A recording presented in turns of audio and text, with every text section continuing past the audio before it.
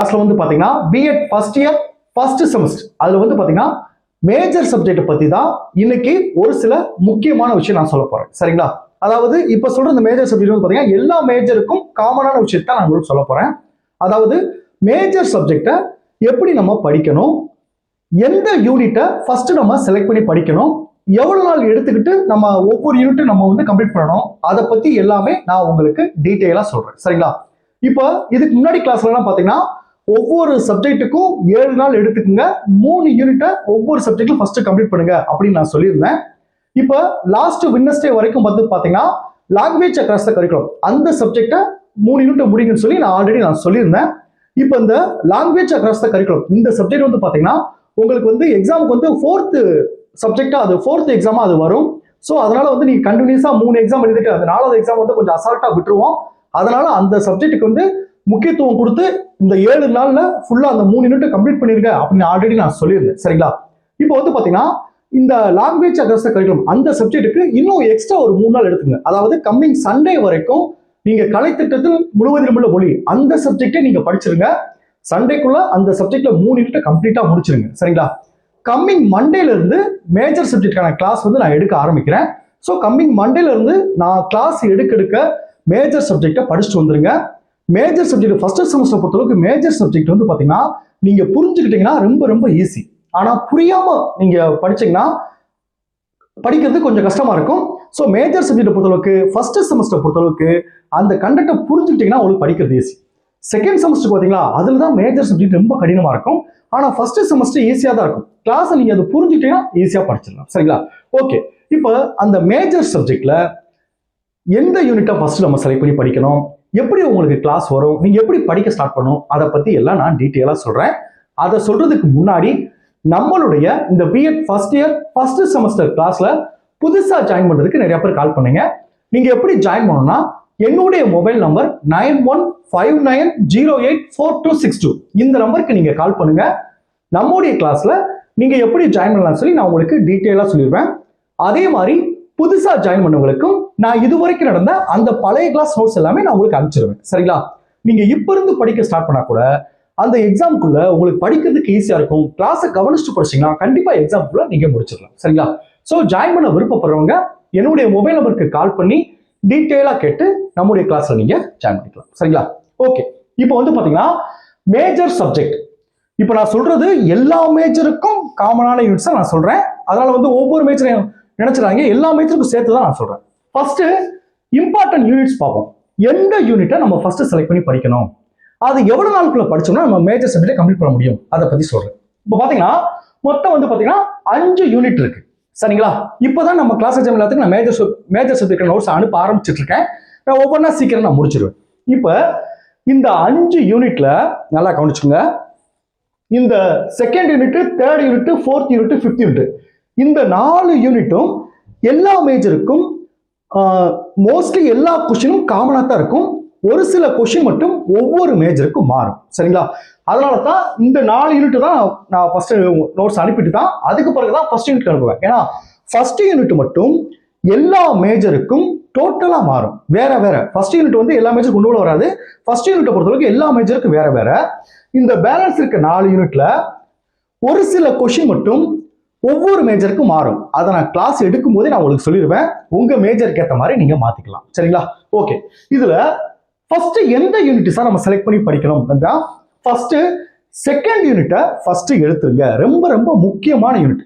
இந்த second unit வந்து நம்ம கிளாஸ்ல ஜாயின் எல்லாத்துக்கும் அந்த செகண்ட் யூனிட்டை கம்ப்ளீட் பண்ணிட்டேன்.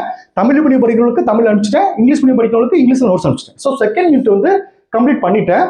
அடுத்து ரெண்டாவது எந்த யூனிட் படிக்கணும்னா யூனிட் 4. இதுதான் நீங்க ரெண்டாவது படிக்கணும். யூனிட் 4 தான் இப்போ நம்ம கிளாஸ் ஜாயின் எல்லாத்துக்கும் அனுப்பிச்சிட்டு இருக்கேன். தமிழ் மீடியம் அனுப்பிச்சிருக்கேன், இங்கிலீஷ் மேஜருக்கும் சீக்கிரம் அனுப்பிச்சிருவேன். சரிங்களா? மூணாவது பாத்தீங்கன்னா யூனிட் 5. இதை தேர்டு படிங்க. சரிங்களா?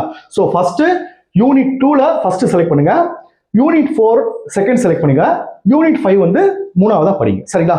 இதுல இந்த யூனிட் 5 வந்து ரொம்ப ரொம்ப ஈஸியா இருக்கும். அதனால மூணாவது எடுத்துட்டா அது சீக்கிரம் முடிச்சிடலாம். ஸோ இந்த ஆர்டர்ல எல்லா மேஜரும் படிங்க. சரிங்களா? ஓகே, இது எவ்வளவு நாள் சார் எடுத்துக்கணும் நான் உங்களுக்கு சொல்லியிருக்கேன். கம்மிங் சண்டே வரைக்கும் லாங்குவேஜ் அக்ராஸ் கரிக்குலம் அந்த சப்ஜெக்டே படிங்க. 3 யூனிட்டை நான் இந்த சப்ஜெக்ட் அசால்ட்டா விட்டுறாதீங்க. இப்பயே டைம் கிடைக்கும்போது படிச்சுக்கோங்க. நான் எக்ஸாமுக்கு வந்து இது 4th எக்ஸாம் வரும். நீங்கள் கண்டினியூஸாக 3 நாள் எக்ஸாம் எழுதிட்டு வந்து 4வது எக்ஸாம் படிக்கும்போது ரொம்ப டயர்டாக ஃபீல் பண்ணுவீங்க. அதில் கொஞ்சம் கோட்டை விட்டுருவோம். அதனால தான் இந்த சப்ஜெக்ட் எக்ஸ்ட்ரா நாள் கொடுத்துருக்கேன். எக்ஸ்ட்ரா ஒரு 3 நாள் எடுத்துக்கணும்னு சொல்லியிருக்கேன். So language across the curriculum இந்த வாரம் சண்டேக்குள்ள கம்ப்ளீட்டாக முடிச்சிருங்க. கம்மிங் மண்டேலேருந்து தான் நான் சொல்கிறேன். அதாவது பார்த்தீங்கன்னா 22/12 22ஆம் தேதியிலிருந்து மேஜர் சப்ஜெக்ட் எடுங்க. அதாவது கம்மிங் மண்டேலேருந்து 28ஆம் தேதி வரைக்கும், அதாவது 7 நாள் எடுத்துக்கோங்க மேஜர் சப்ஜெக்ட்டுக்கு. 7 நாள்ல இந்த second unit first, unit 4 second, unit 5 third, இந்த 7 நாளுக்குள்ள 3 யூனிட்டை படிச்சிருங்க. இந்த 3 யூனிட்டுக்கான கிளாஸ் தான் அடுத்த வாரம் முழுவதும் நான் உங்களுக்கு நடத்துவேன். மேஜர் சப்ஜெக்ட் அன்னன்னைக்கு கிளாஸ் எடுக்கும்போது நான் அனுப்புன நோட்ஸை படிச்சிருங்க, ஈஸியாக முடிச்சிடலாம். சரிங்களா? சரி, ரைட் சார்.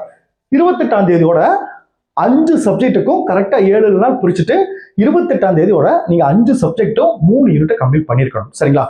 அடுத்து ஒவ்வொரு சப்ஜெக்ட்லையும் பேலன்ஸ் 2 யூனிட் இருக்கு நான் சொல்லியிருந்தேன்.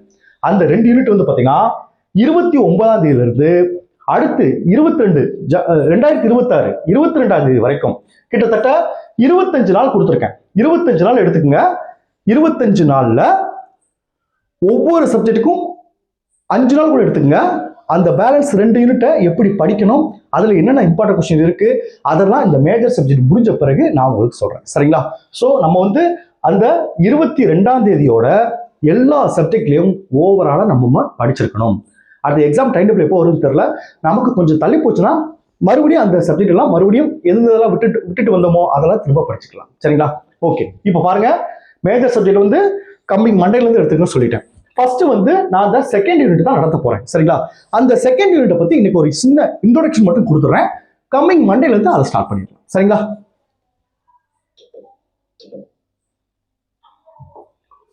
இப்போ பாருங்க, செகண்ட் யூனிட் கற்பித்தல் திறன்கள். இதுல என்னென்ன கொஸ்டின் இருக்குன்னு ஃபர்ஸ்ட் பார்த்துருவோம். பாருங்க, நுண்ணிலை கற்பித்தல். அதுல என்னென்ன கொஸ்டின் இருக்கு பாருங்க. நுண்ணிலை கற்பித்தல் வரையறை, நுண்ணிலை கற்பித்தலின் தேவை மற்றும் முக்கியத்துவம், 3 நுண்ணிலை கற்பித்தலின் பண்புகள், அடுத்து நுண்ணிலை பயிற்சி கற்பித்தல் சூழல், அடுத்து நுண்ணிலை கற்பித்தலின் பயன்கள், அடுத்து நுண்ணிலை கற்பித்தலுக்கும் வகுப்பு கற்பித்தலுக்கும் உள்ள வேறுபாடு.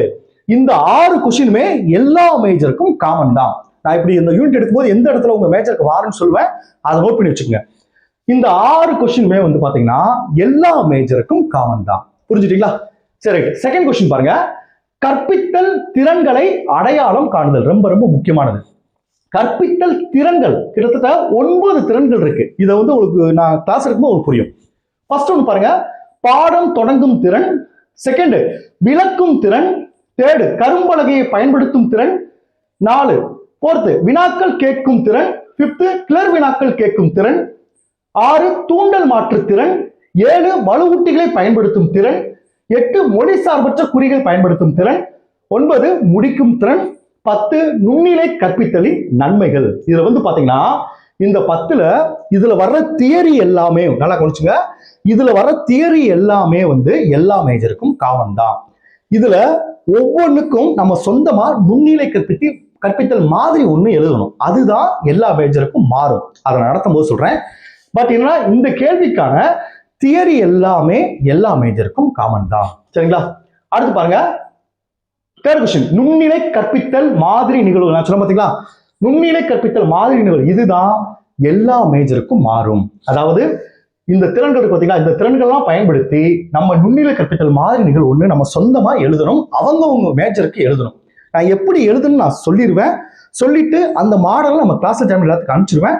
நீங்க அந்த மாடலை வச்சு நீங்களா ஓனா எழுதி அதை எனக்கு அனுப்பணும். அதை நான் சரியா தவறான்னு செக் பண்ணி பார்த்துட்டு உங்களுக்கு சொல்லிடுவேன். ஏன்னா இந்த கொஸ்டின் வந்து கம்பல்சரி 100% வந்து 10 மார்க்லயோ இல்ல 5 மார்க்லயோ உங்களுக்கு கம்பல்சரி வரும். சரிங்களா? ஸோ இந்த நுண்ணிலை கற்பித்தல் மாதிரி நிகழ்வு இது எல்லா மேஜருக்கும் மாறும். அதே மாதிரி இணைப்பு பாடம் 4th வந்து இணைப்பு பாடம், இதுவும் எல்லா மேஜருக்கு மாறும். பட் என்ன தியரி எல்லாம் எல்லா மேஜருக்கு ஒண்ணுதான். சரிங்களா? ஸோ இதுதான் செகண்ட் யூனிட் பொறுத்தளவுக்கு உங்களுக்கான கேள்வி. ஸோ கம்மிங் மண்டேல இருந்து ஃபர்ஸ்ட் வந்து நான் செகண்ட் யூனிட் தான் ஸ்டார்ட் பண்றேன். Okay, thank you students. நம்ம நெக்ஸ்ட் கிளாஸ்ல பார்ப்போம்.